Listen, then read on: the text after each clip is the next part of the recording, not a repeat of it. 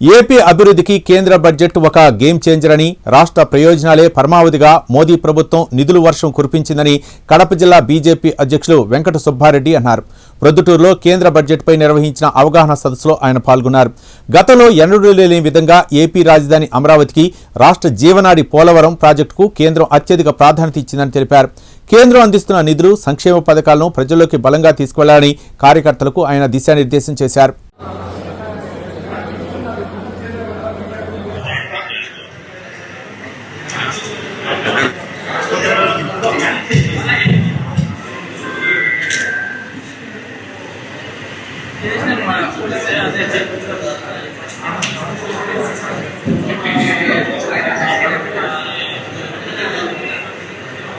విధి విధానాలు మనం ముందు నుంచే ఏం చేయాలి అనే విషయాలకు చదవడానికి ఎక్కడిదాకా వచ్చారు.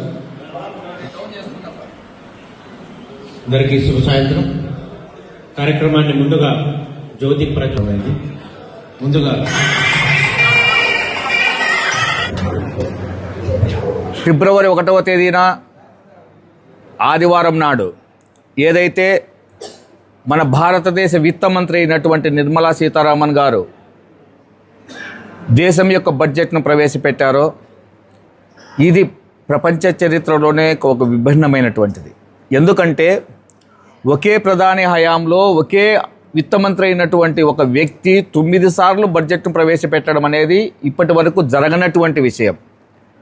దీనికి ప్రధానమంత్రి నరేంద్ర మోదీ గారికి మరియు నిర్మలా సీతారామన్ గారికి శుభాభివందనలు మరియు ధన్యవాదాలు తెలియజేసుకుంటున్నాం.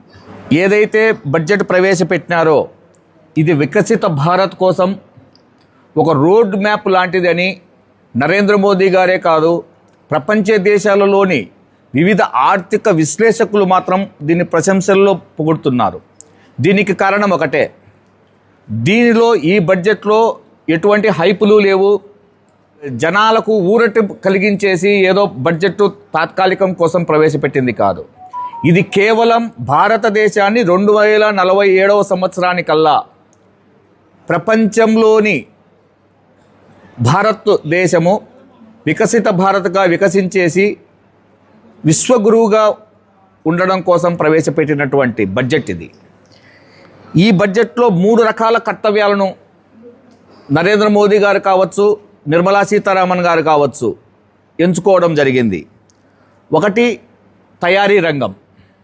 మరి ఏదైతే భారతదేశము ప్రపంచంలో ఆర్థిక రంగంలో 4వ స్థానంలో ఉన్నటువంటి స్థానాన్ని 2027 కల్లా 3వ స్థానానికి మరియు 2047 కల్లా విశ్వగురువుగా చేయాలనుకుంటున్నారో దానికోసం మొదటగా తయారీ రంగాన్ని, రెండవది విదేశాల నుంచి ఏదైతే సుంకాల రూపంలో కానీ ఇంకొక మూలధనాన్ని భారతదేశానికి తీసుకొని వచ్చి ఆర్థిక రంగాన్ని పురోగతి చేయడం కోసం కానీ, మూడవది భారతదేశంలోనే ఉత్పాదక శక్తిని పెంపొందించేసి, అంటే ఇన్ఫ్రాస్ట్రక్చర్ పరంగా పరిశ్రమల పరంగా ఉత్పాదక శక్తిని పెంపొందించేసి మేడ్ ఇన్ ఇండియా రంగాన్ని అభివృద్ధి చేయడం కోసం 3 రకాల చర్యలను చేపట్టేసి దీనికి బడ్జెట్ రూపొందించడం జరిగింది.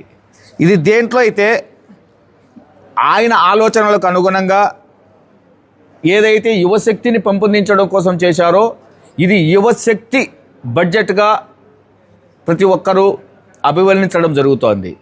అంతరిక్ష రంగానికి అత్యధికంగా 13,705 కోట్లు కేటాయించడం, అంతేకాకుండా రక్షణ రంగానికి 7,84,678 కోట్లు. అంటే ఏదైతే మనము చైనా నుంచి కానీ పాకిస్తాన్ నుంచి కానీ మనము ఇబ్బందులు ఎదుర్కొంటున్నామో భవిష్యత్తులో ఏ దేశం నుంచి కూడా మనం ఇబ్బందులు ఎదుర్కోకుండా దాదాపుగా 15%, పోయిన సంవత్సరానికి ఇప్పటికీ 15% వృద్ధిని కేటాయిస్తూ దాదాపుగా 7,84,000 కోట్లు కేటాయించడం అనేది అద్భుతమైనటువంటి చర్య. కేంద్ర హోంశాఖకు దాదాపుగా 2,055 కోట్లు, 2,55,000 కోట్ల రూపాయలు కేటాయించడం జరిగింది. గ్రామ స్థాయిలో మౌలిక సదుపాయాలు మరియు నీటి రంగ వ్యవస్థ, ఇండ్ల వ్యవస్థ అన్నిటినీ ఆధునీకరించడం కోసము, గ్రామ స్థాయిలో ప్రజలు అభివృద్ధి చెందడం కోసము విబిజి రామ్ కింద దాదాపుగా 95,000 కోట్ల రూపాయలు కేటాయించడం జరిగింది. ఆరోగ్యానికి సంబంధించేసి 1,06,350 కోట్లు. అంతేకాకుండా ఎయిమ్స్, ఆయుర్వేద, ఇంతవరకు ఎయిమ్స్ కళాశాలలు మామూలుగా ఉండేటి. ఇప్పుడు ఆయుర్వేద ఎయిమ్స్ కళాశాలలు 3 ప్రకటిస్తుంటే దాంట్లో కూడా మన ఏపీ ఉండడం అనేది మనకు చాలా వరకు గర్వకారణమైనటువంటి విషయం. దీని ద్వారా ఒకటే చెప్పదలుచుకున్నాం, భారతదేశం అభివృద్ధి చెందాలంటే ఏదైనా సరే హంగులకు ఆర్భాటాలకు పోకుండా ఏదో మేము ఈరోజు చేసినాము తాత్కాలికంగా నలుగురు ప్రజలు మీరు ఈరోజు వీలు చేసుకుంటూ మీరు రేపటి తరానికి ఇబ్బంది కలగకుండా భవిష్యత్తు తరాలు, మన భవిష్యత్తు తరాలు ఏదైతే ఇతర దేశాలను చూసి మేము అభివృద్ధి చెందుతున్నాము అంటున్నారో, మనం చాలా కాలం నుంచి మనం అభివృద్ధి చెందుతూ ఉన్నామని అని కాకుండా అభివృద్ధి చెందిన దేశంగా ప్రకటించడం కోసము నేడు ప్రవేశపెట్టినటువంటి బడ్జెట్ అనేది అందరికీ ఆమోదయోగ్యమైనది, ఆత్మనిర్భర్ భారత్ కోసం ప్రవేశపెట్టినటువంటిదని తెలియజేసుకుంటున్నాను.